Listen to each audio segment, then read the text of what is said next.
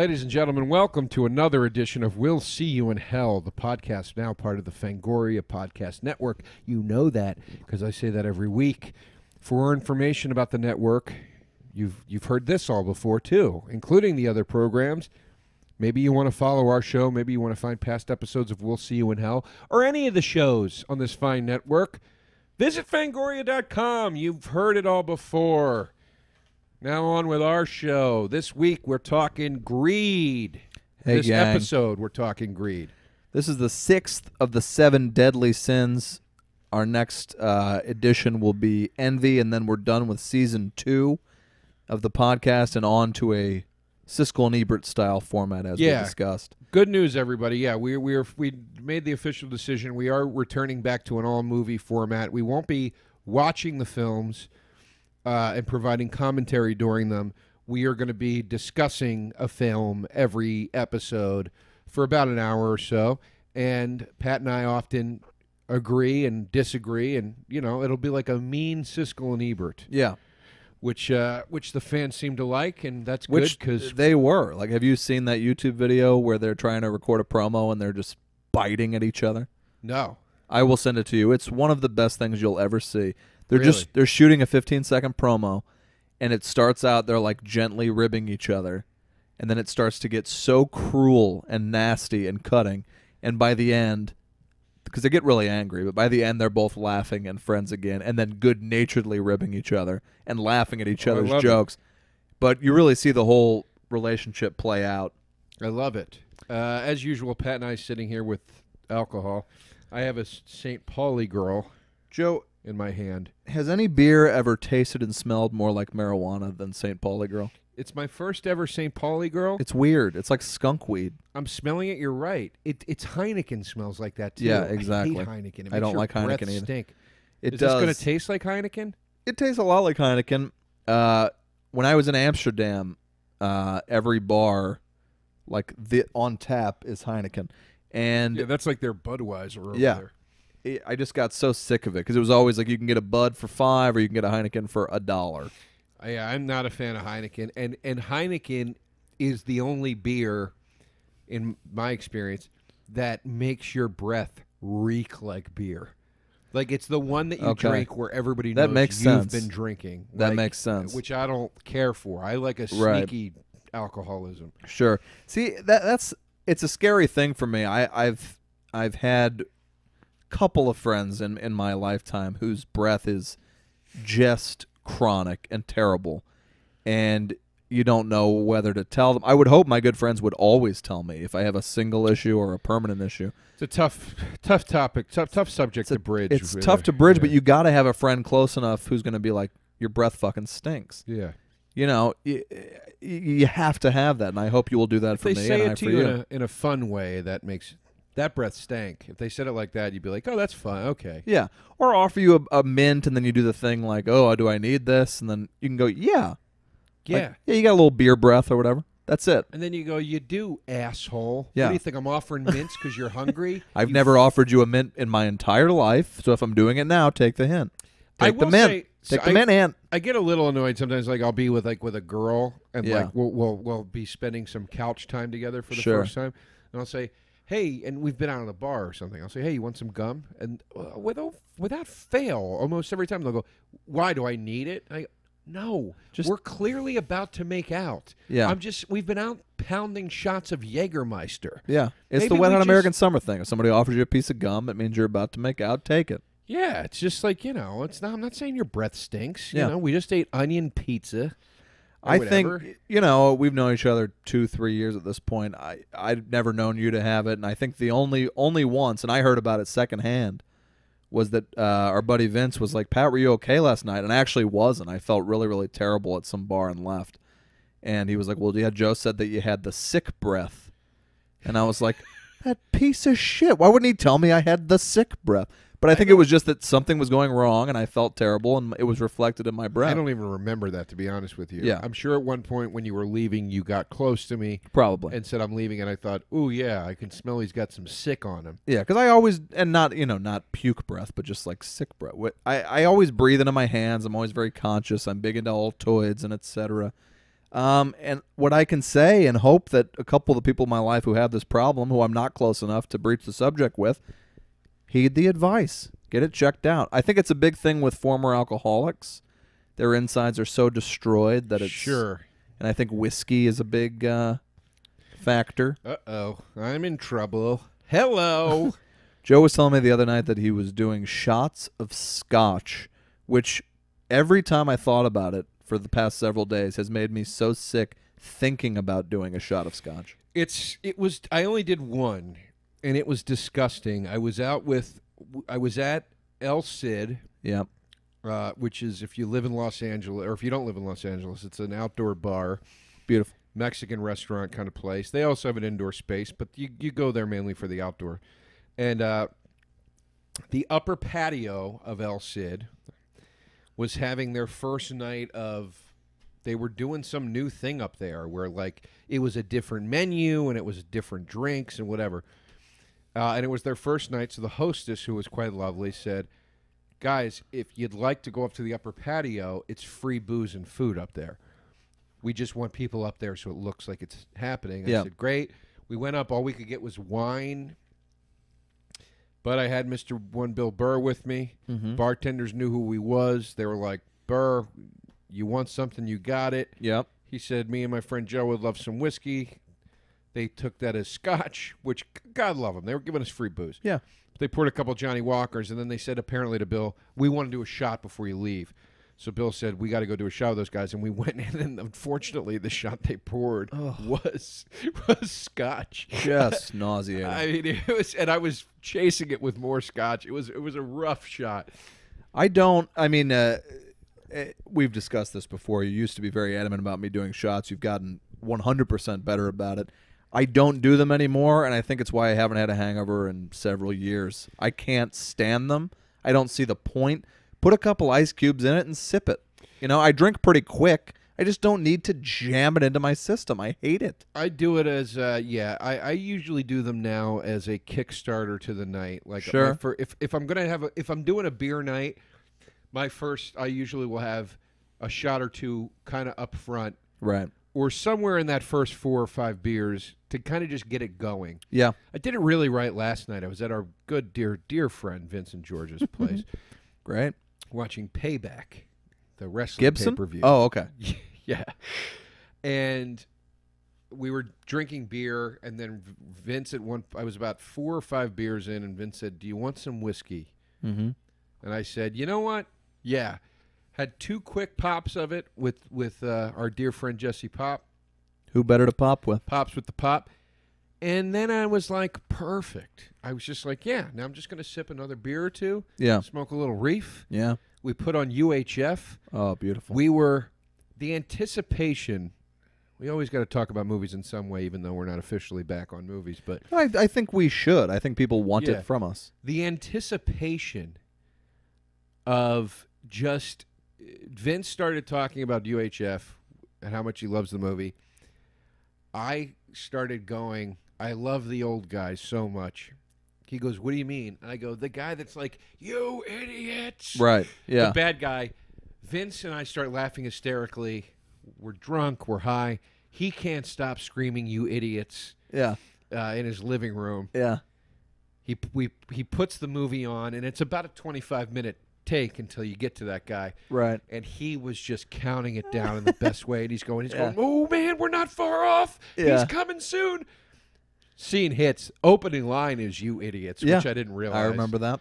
And, I mean, that exchange between him and Weird Al where he accuses Weird Al of stealing the mail. And then Weird Al goes, no, I don't work here. Yeah. And he goes, trespassing. I mean, the guy is just magical. Kevin McCaffrey is his name, and he's been in quite a few Twilight Zones. Kevin McCarthy. Or McCarthy, excuse me. And was in the original Invasion of the Body Snatchers as the lead. When I was a kid, I was very obsessed with Weird Al and was probably my first big comedy love. I had all the cassette tapes. I followed him through Alapalooza, the one with Jurassic Park on the cover. Oh, you hung in there that long, huh?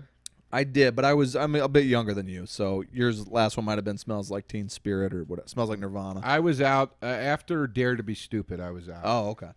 See, I was so young. No, even worse was my last one. Yeah. The one where he did Fat. That's pretty great. Yeah. I was so young that I really loved that Weird Al was going after Nirvana. I was like 11, and I was like, yeah, fuck them. You can understand a word they're saying. Sure. Like, I wasn't old enough to be like, obviously, I love Nirvana. That took a few more years. But my intro to Nirvana was definitely Weird Al. And I used to be obsessive about UHF, and I had his VHS video collection, which I watched until it ran off the damn spool.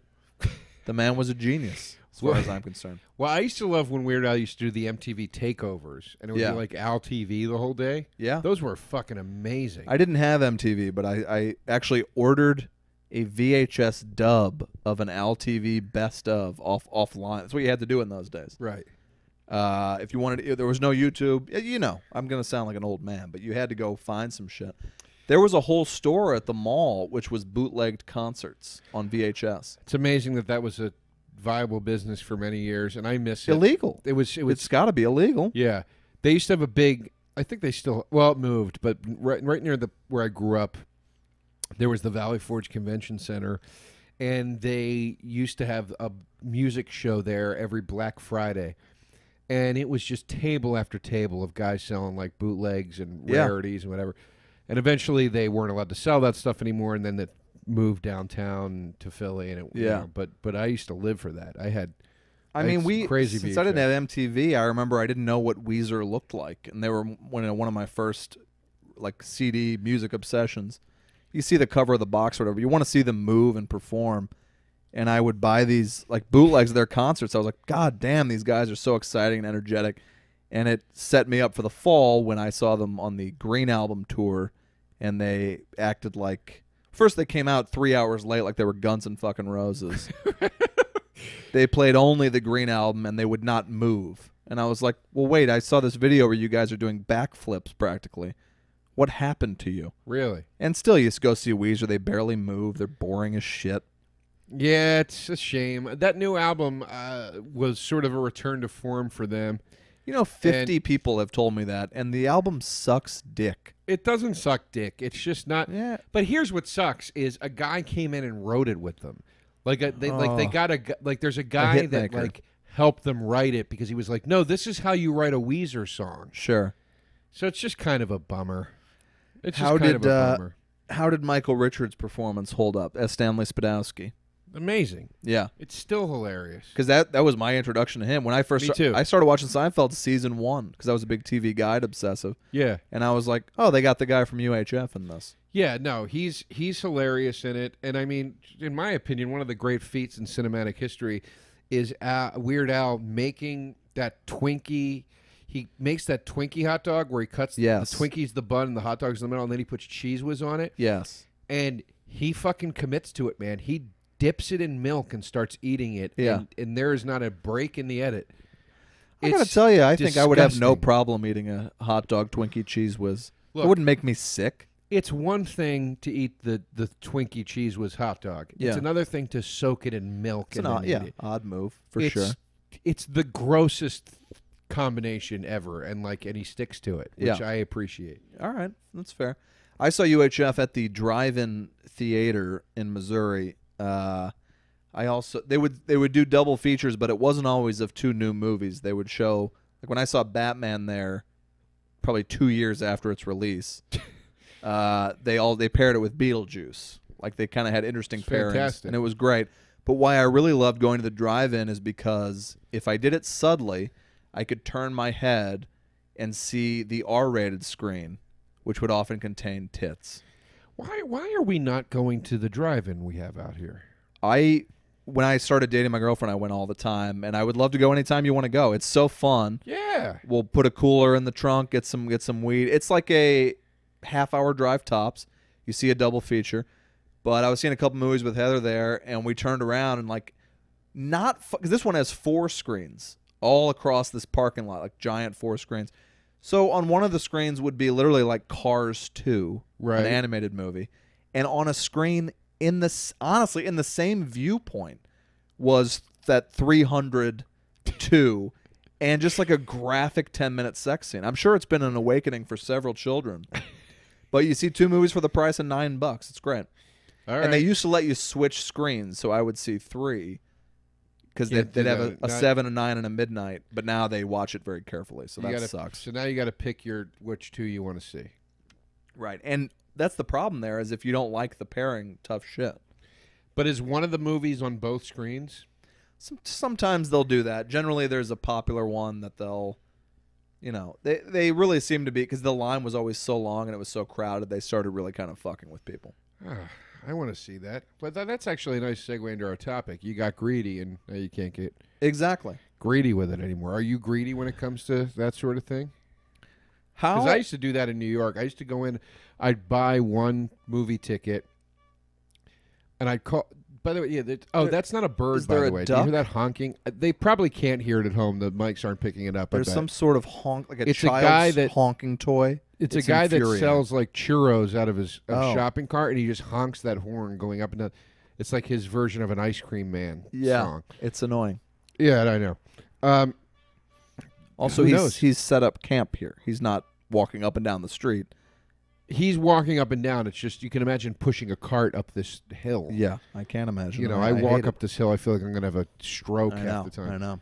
But anyway, I used to do that in New York. What I would do is I would figure out, like, okay, there's these 2 movies I want to see playing at the AMC, whatever. And I would call and I would say, I'm coming to the theater today. It was always the second movie I was going to go. Yeah. I go, what screen is such and such playing on at 4:30? Because that's so weird that you would even ask. Well, I'd go because I'm meeting some friends there, and we're going to be very pressed for time, and I want to be able to tell everybody ahead of time, like, it's in this theater. And they would go, oh, that's playing in 15 or whatever. That's and then so suspicious and like a needless. So I'd go in, I'd buy a ticket for the first movie, go see it, and then I'd know, like, okay, when the credits start rolling, I've got 3 minutes to get to 15 to see the other thing. I'm amazed we never discussed this, because I can do you one better. And we did a Two Broke Girls episode about trying to sneak into 5 different movies in one day. That was a great episode. But when I lived in Missouri, I used to do it constantly, but I started a tradition the day after Christmas that still goes on to this day, where it's called the Day After Christmas Movie Spectacular. Great title. Yeah. And I'm in. I would step over the red rope at the West Olive 16 Theater, pass the ticket, and go make the international, I got to make a phone call thing to the ticket taker. Walk over to the payphone, which maybe there isn't even a payphone anymore, so maybe it's not possible. But I would go, got to run to the bathroom, mouth that, and go into the bathroom. Then you're in. You're past the ticket taker. It's the day after Christmas, so they're packed. What I used to do was pretend to be on the phone, make my call, talk till the guy had his back to me, hang up the phone, go into the men's room, wait in the men's room a couple of minutes, come out, walk with a purpose, which is very important, to my theater. I would point to someone who wasn't there and go like, oh, over here, then go into the theater. You'd buy no ticket. I bought not even the first ticket. How did you get past the guy that tears the ticket? That's what I just explained to you. Oh, you'd say I have to go to the bathroom, and then he'd forget that you went in. I'd say I had to go to the phone. Then by the time he turns back to me, he assumes I'm gone, but I'm in the men's room. When I come out of the men's room, he just thinks I'm a guy coming out of the men's room. Now he's taking tickets. We would get the running time of each movie, add 10 minutes for trailers, and time it so it was bang, bang, bang. See 5 movies every year the day after Christmas for free. I had some friends who out of guilt would buy the first ticket, or they'd want to go get lunch, and I'm like, well, that's stupid, because then you got to buy another ticket. Well, yeah, what would you eat this whole time? I would bring in some food in my pocket. My whole goal was to never spend a dime. So I guess that is greed or just being cheap. I had no money. Then around the time I got to New York, when I had even less money and a lot of free time, I would do the exact same thing. I would see 5 movies for the price of one. One year after it was my birthday and I had no friends in the city. Oh, one of the saddest days of my life. I go to that AMC Times Square theater. The 42. 42. Yeah. And I said, hey, what's the longest movie you got playing? And they said, Cold Mountain. I said, great. I go in, I watch Cold Mountain because it would kill the most time. I came out and snuck into something I didn't even want to see. Like, Soul Food or some movie I had no interest in. Just whatever killed the most time, I would spend whole days at the theater. I had girlfriends do this with me in New York who were never enthused about it. It sounds terrible. And as I told you yesterday, there's this restaurant called Cozy, which is kind of like a Chipotle but with salads and sandwiches. Cozy is shit. I liked their Thanksgiving sandwich. I really loved it. The bread there was great. What was on the thing? Let me guess. Turkey, you know what's stuffing, cranberry sauce, maybe a little cheese. Maybe a little gravy, yeah. But I ordered it, and there was a big line at the cash register, and I walked right past the cash register where you would pay, sat down at a table, and ate my sandwich, and no one even glanced at me. So for the next year, I ate lunch there every day and never paid. How filling was this Thanksgiving sandwich? Oh, it took care of it. It was I weighed nothing at this point. That was my meal of the day. And I would go over and eat it in the restaurant because that's a little tip if you want to steal. They never expect you to just steal something and eat it there. Who would be that stupid? And it's that confidence that gets you away with it. Also in New York, no one cares. No. And what people don't realize, because now I don't sneak into movies. I work in the entertainment industry. That'd be a little stupid of me. But I will say it's generally a 16, 17-year-old who doesn't want to be there, who hates what they're doing. I used to be a movie usher. Never in a million years if I saw somebody sneaking in would I run over and be like, oh, wait. They don't care. Right. Nobody cares. No. It's a miserable job, and they're probably happy you're ripping off their fucking bosses. Yeah. I got really mad once because one of the things I would do in New York, because when you're in New York, you got to have your little hustles. You got to, I mean, it's necessary. It's an expensive city, and if you're struggling, you got to have your little hustles. Well, a great one that my dear friend Joanne Grigioni taught me was not so much a hustle, just a great tip. Yeah. Always buy your beer at the drugstore. Drugstore, everything is it's as cheap as it can be. Yeah. So, you get stuck in New York going to these bodegas to buy 6-packs. You're dropping $13. Bodega for a adds six-pack. $3-4 easy. Yeah. You go into the Dwayne Reed, you're getting a 6-pack of Coronas for like $6.99 or whatever. And a Stop and Shop's even cheaper if you can find one of those. Yeah, but one of my things was I would go down to the theater on 14th Street, the Union Square movie theater, which I liked quite a bit because I'd find myself over there frequently during the day with time to kill. I'd always buy a senior ticket. Sure, you buy it on the kiosk. Yeah, I'd buy a senior ticket on the kiosk. Go up, you're in. But I remember once, man, this lady, she called me out and she's like, "You got to go back and get the other." And I'm like, "What do you care? I know you're not getting a commission on tickets. What do you care?" I myself, when I got a little too old to be just like sneaking in every time, I did the same. I used to get senior tickets, and I had the same thing. A lady was like, "Oh, you bought the wrong one." I was very apologetic, but part of me is like, what's wrong with you? Help me out a little bit. Who gives a It's not coming out of your pocket. A rat's patootie, as they say. They do. Well, I guess that's sort of greed. I'll tell you what I think I'm greedy with is, I don't know if this is greed or not, but I'm not a big, like, I need more money guy, like, or I need more and more and more. But I am a guy that does like to buy things, and I have noticed that I never have enough records. I just want to buy records constantly. I feel the same. I have a huge collection. And it's just never enough. I don't know if that's greed or not, but I've always been that. I don't blow my money on, cars or women or whatever else. But not women, no. Not prostitutes, no. But right. But sometimes you do enjoy fast cars and fast women. Well, who doesn't? Right. But I've always bought. I like a big Blu-ray collection. I like a big. Was cassettes, then it was CDs. Now it's back to vinyl, which seems kind of stupid, but I like a big collection to put on display. You let people know what you like. It's a conversation starter. I like having the physical, tangible thing. It's really my only indulgence too. But it's also great fun to stand at say you're over here on a Friday night. You're looking at my record rack. It's this cabinet's full. This whole thing's full.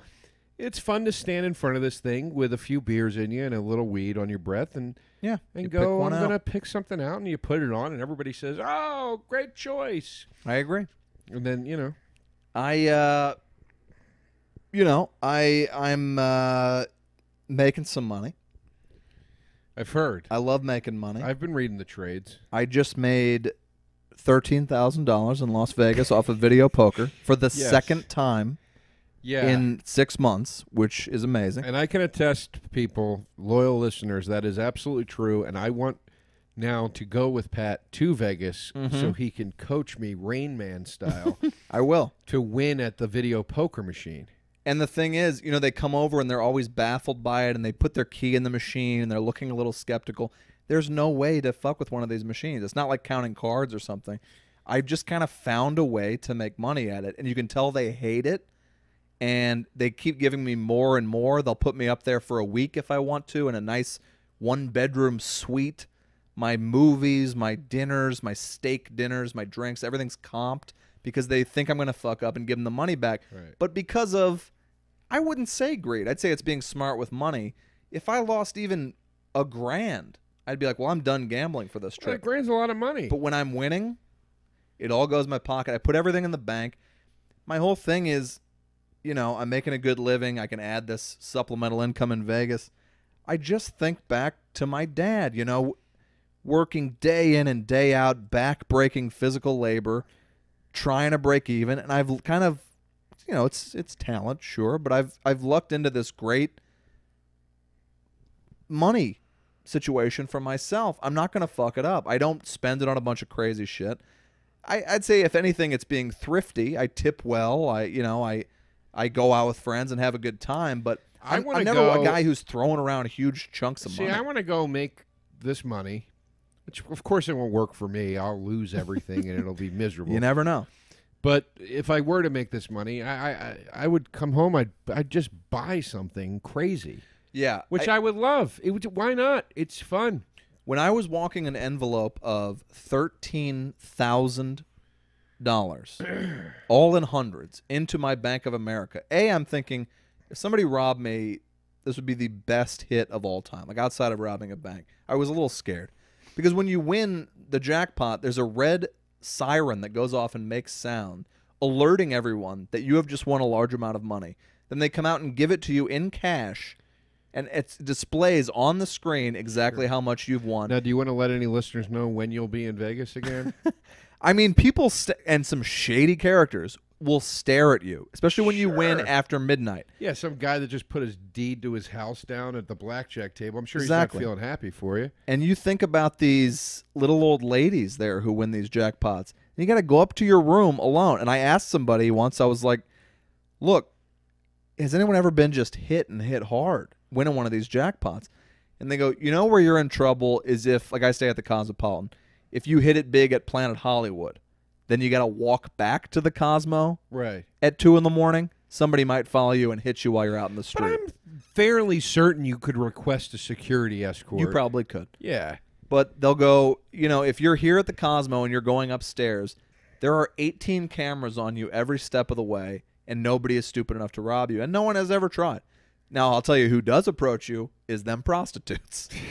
They come out of the goddamn woodwork when they see that you've won a nice chunk of money because they figure you're looking to spend it. That's a rough one. For me, I just put it in the bank. I don't have any big purchase that I need, but I should definitely at some point go, yeah, I'm going to take $5,000 of this and buy something stupid. Yeah. But then you could literally a part of me is like, I should give it to charity then. You could buy a used car. That's true. For like $10,000, like a little Fiat or something. And just be like, yeah, no, I have this. Or a moped. It's true. Vespa. When things get really shitty is, unless you hit $1,250, they don't lock your machine. So a lot of things you get 4 aces or whatever and it gives you $800. That doesn't lock your machine. They don't come out with a W-4 unless you hit $1,250. So it's tax-free money too. You can win a couple of these jackpots of like $1,000. I was sitting next to this guy who never hit the jackpot. He never had anybody come out and lock his machine and give him the tax form.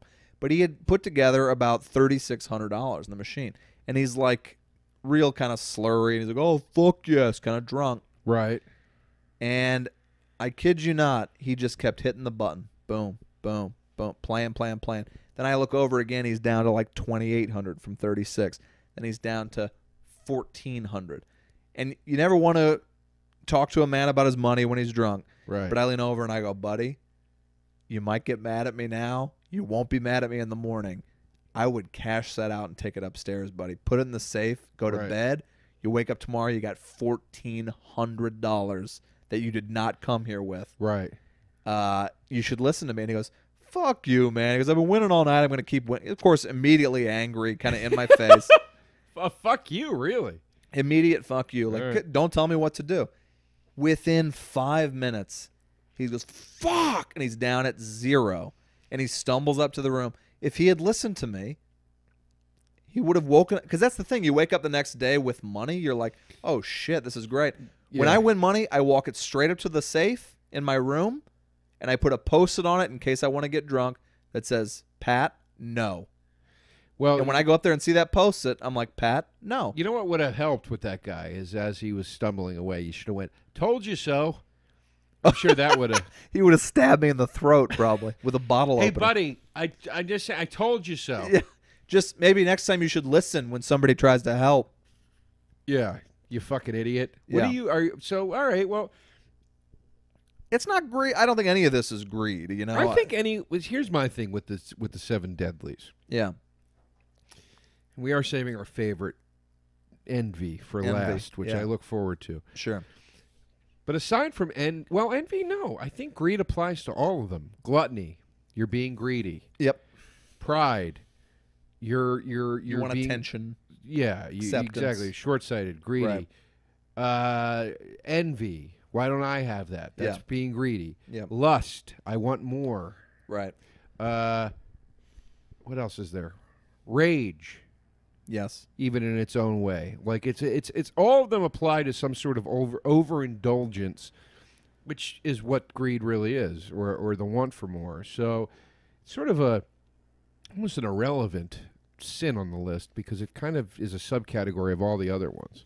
I agree. It's and did who came up with the 7 sins? Was it Jesus? Who decided those are the 7 deadlies? I don't even remember. Or I have no idea. You're talking to me like I put some sort of preparation or work or effort into this podcast. You show up and I fix a drink and we kind of go at it. Yeah. Speaking of which, my beer's empty. Do you need another one? Yeah, I'll take one, Joe. All right. Well, talk to the nice people while I get you one. Sure.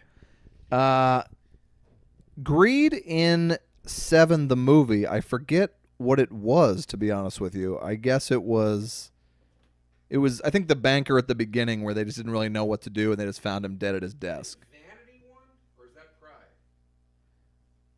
Vanity was one in the movie, maybe? I don't know. Oh, Joe's talking to me off screen here.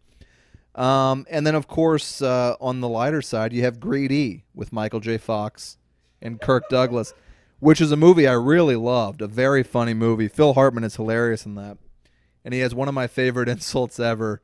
He walks up to this guy and I think it was Michael J. Fox. He gets in his face and he goes, you know something? I didn't like the Beatles and I don't like you. It's a great, great line. We talked in the last one about how much we miss Phil Hartman.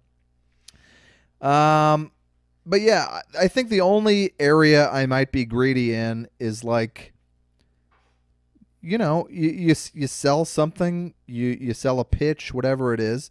You want to get as much money as possible. And that's really just being smart. I think, you know, if you're going out of the way, if every decision in your life is motivated by money, that's greed. But simply wanting to be compensated and wanting to get the most money you can, I wouldn't put that as a sin. Maybe they're saying it's holding on to it, not giving it up to charity, etc. Sure. You know, I make a nice living. I try to throw out some money to charities throughout the year. I try to tip well. I try to remember when I was a movie theater usher or whatever it may be. I try to tip $1 or $2 even at the places where they're simply handing you something. I mean, I would say that any one of the 7 sins, to a certain extent, having a certain percentage of that in your sort of daily makeup is good. Yeah. You kind of need a little bit of all of these, but I guess the whole point of the turning point at which they become sins, excess.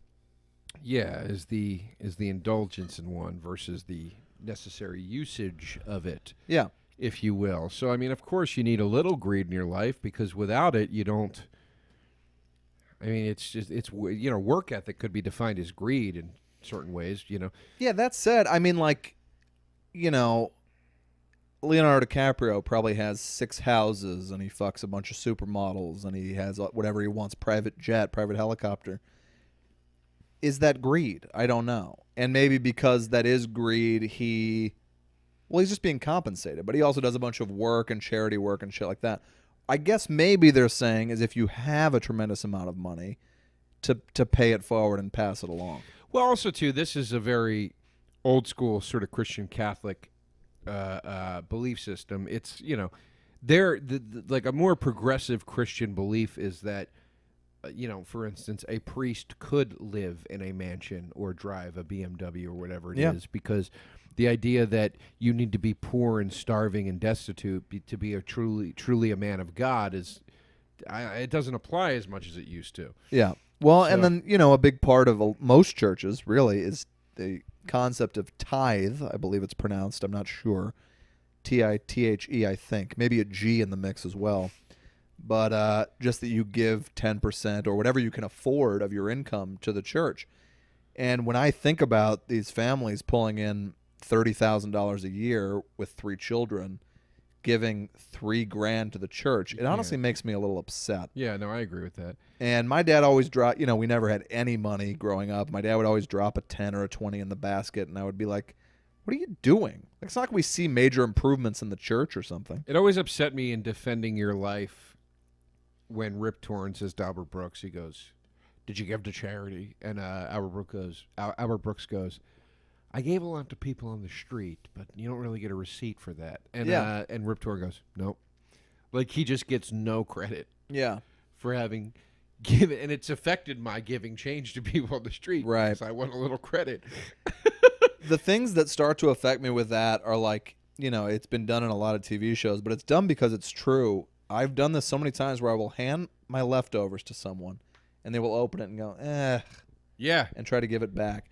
And it's so infuriating that it makes you never want to give again. I went up to a guy in a public park once, and I said he was clearly homeless, and he was writing in a book or something. Right. And I went up to him and said, hey, man, sorry to bother you, but I have all this food if you'd like it. And he looked at me and he goes, I'm working. Ugh. I said, all right. But they're crazy. Crazy. Yeah, what can you say? There is, at the intersection before I get on the 5 highway right by my house, you're sitting there a long time. It's a long light. You're trying to make a U-turn to get on the highway. And there's a guy who has like a wishing well set up with a bucket. He spends all his time like really carefully grooming this little area. He's got a nice little racket. And he comes up to each car window and will stand there until you either turn your head away, right, which you have to do because he's there every morning, or, half the mornings I roll in the window and give him a buck. But one morning, and I see this guy every day. I know he doesn't remember me. I know he's crazy. But my window was down. I didn't frantically roll it up because that's always a terrible feeling when you have to do that. Right. But he comes up and he's standing there, and I said, I'm sorry, man, I don't have any money on me. And he goes, screw you. I was like, I've given you, over the past year of my life, easily $30, $40. And now I want it back. Then that's when you have to take it back. Yeah. I mean, I don't know. It's easy to forget these people are crazy. And then, of course, there's the people who are like, he's just going to spend it on booze. I'm like, then good. Yeah, I don't have a problem with that. I always like the sign where it's like, I'm going to be honest, I want it for beer and weed. It's always nice. Well, I saw a great sign once that said, can I please have some money for booze or drugs? ... Hey, at least I ain't bullshitting. Yeah. And he put the apostrophe on bullshitting, which I thought was great. Yeah. But I mean, I don't know. That never affected me giving to the homeless or the apparent homeless. I don't give a shit if they're going to spend it on booze or whatever. Me neither. No. The thing that it didn't stop me. I still do it, but I mean, the thing that hindered me from doing it more frequently was the fact that I started to read articles when I lived in New York about guys that had houses that were professional beggars. Yeah. That started to really bother me. Yeah. And it made me start to look for, I always called it window shopping homeless people. You would look for clues to be like, you're not really homeless. Yeah. Like your outfit's too nice. The and nails. I see you out here every day, and you're always wearing a different outfit, and it's always clean. Like, you're not homeless. I read a couple articles like that. It's a real dark place to start thinking like that, like all these homeless people are doing that, because that's definitely not true. But no, not at all. It's just, that's why I say window shop. You find a guy and you go, no, this guy's clearly homeless and needs help. I read an article about a guy who's a professional Zach Galifianakis from The Hangover in Vegas. And he stands on the Strip. Every time you go to Vegas, I thought you see him, but now you actually see the other 30 guys who do this now. Right. Because they read that this guy was pulling in $60K a year. And then people are like, everyone goes to Vegas because they want to recreate The Hangover. I don't, but people from other lands do, where it's a big vacation, an exciting trip. For me, it's a 4-hour drive. But they're like, oh my God, it's a guy from The Hangover. They want a picture. He charges $5. The guy made $60,000. Now there's one in front of every hotel. A guy dressed like this. It's kind of sick. Yeah, it is. But then again, maybe he's smart. Anyone making money, I'm like, good for you. I don't know what to say. I mean, smart, greedy, lustful, erotic. Yeah. Gluttonous, hungry. Who the hell knows? Yeah. I don't know anymore. No, I Pat, agree. what do you want to plug? Do you got anything? Well, we're too far out to plug because we don't know when this one's coming out. But so just your Twitter, I guess, right? Yeah, Twitter, Vine, Instagram, the Patrick Walsh. I think this will already have happened when I'm doing a stand-up show in New York, Sunday, May the 8th at UCB East. Other than that, keep listening to the podcast, folks. Keep giving us those reviews. I hope you enjoy it. Me, Twitter, Vine, Instagram, Joe DeRosa Comedy. And I'll be at the Wild West Comedy Festival in Nashville, Tennessee, May 19th and 20th. So come out for that. Pick up Ken Hanley's book, The Eye and Evil. He's our executive producer. It's a very funny book. Yes, it is very funny, and we should have been plugging it this whole time, and we just started plugging it because just brain farts, but that's about it. But yeah, go get that book. It's great. Yeah. Pat, I'm going to miss you, and I hope you're well. Well, I'm alive still. I'm fine.